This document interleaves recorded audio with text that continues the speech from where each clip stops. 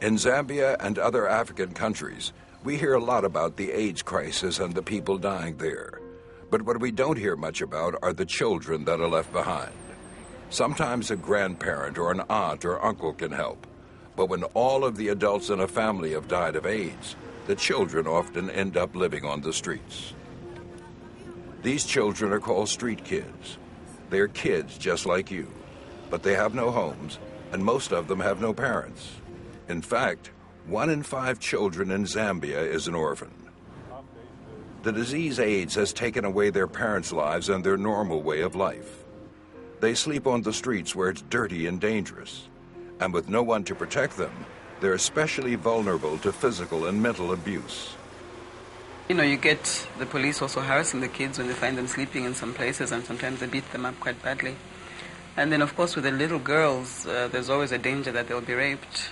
Sometimes the children are so frightened of maybe people harassing them at night, they have to sleep in the branches and the trees. They eat only when they can find food. Some kids have survived on their own for years. Children who live on the streets do not have the money to pay for school fees or uniforms. Many people don't want the street kids in schools because they're afraid of them and look down on them because their parents died of AIDS. Many kids can't go to school because they have to work or beg to survive. Many kids end up on the streets because they're hungry, sick, or depressed and can't concentrate in class. They watch their parents become sick and die. Life on the streets is dangerous and violent, and they're more likely to get AIDS. In many ways, they're forced to grow up in order to survive. But they're also young and innocent. They're kids just like you.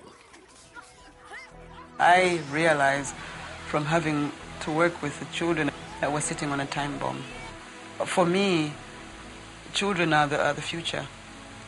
And if we don't look after our future, you know, when this country cannot look after its children or bury its children when they die, then I think we're really in trouble. In Lusaka, the capital of Zambia, a few people opened a shelter called the Fountain of Hope. It is a place where street kids can go to eat, learn, and be safe. The Fountain of Hope has a small library filled with books from England and the United States. Here, the kids escape the harsh life of the streets and can learn about the world. They love to read books, and they take good care of their library. And they especially want to learn English, which is the official language of Zambia, because they know that English is a way off the streets. The library offers street kids who are not in school a place to study for the high school entrance exam. If they pass, they can go to high school and have a chance for a better life. This library has dramatically changed the lives and future prospects of many street kids in Lusaka. Armed with proof that a library can make a difference, the Lubuto Project was founded to build more libraries for orphans and street kids in Zambia and other African countries. The Lubuto libraries, filled with books that you donate, give these children hope for a better future. The thing that's extraordinary about this project is it really gives people a tangible way to be involved. Last year, I started getting kids from my grade involved to come volunteer on Sundays sorting books. There was such a large interest that this year I started a Lubuto club at my school. We organized a book drive, and that was just really fantastic because it got the whole school involved in such a big way. And I was worried at first that people would just toss us their old school textbooks, but people really took a really big interest.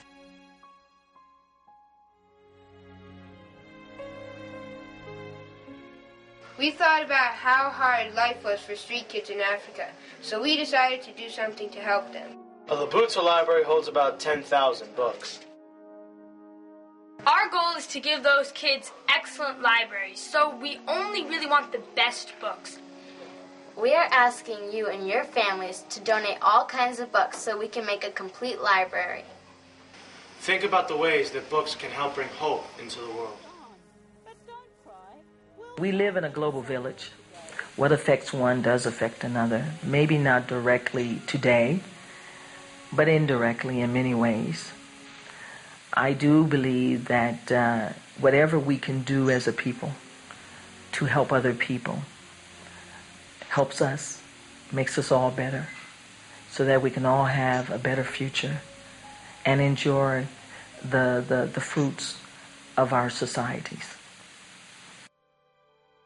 The Lubuto Project is not like any other project that exists. It is not a book donation program. Book donation programs get together books and send them to schools in Africa and other parts of the world.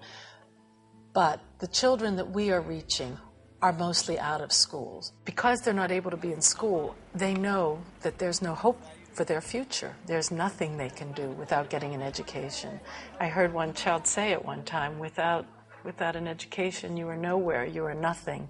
There's no place to go in life.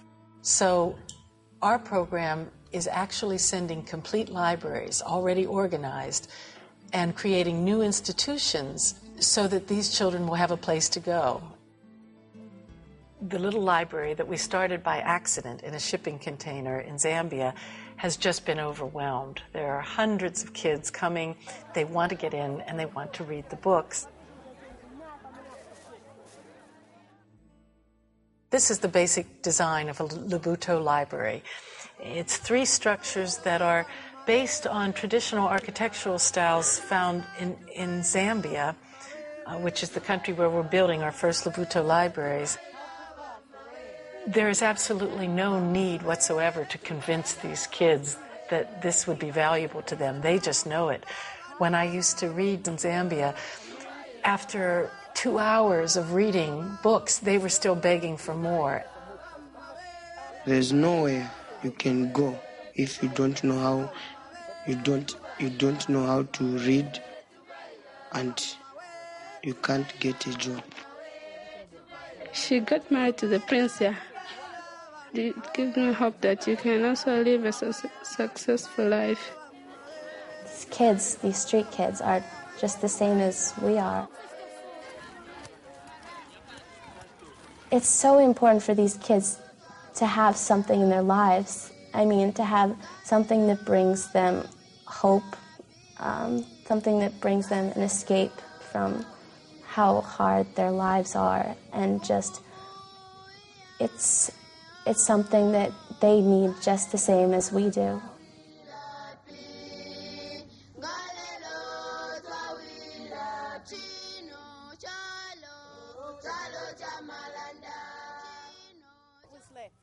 The Lubuto Library Project was born in Zambia, inspired by the dramatic success of the Fountain of Hope Library in Lusaka. When Jane Meyers built that library as a volunteer in 2001, she was fulfilling a direct need. The success and interest of the kids who used that library led her to found the Lubuto Project to build more libraries for street kids all over Africa.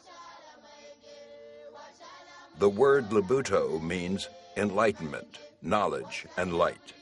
Lubuto libraries will shine a beacon of hope and learning to children whose futures have been darkened by AIDS.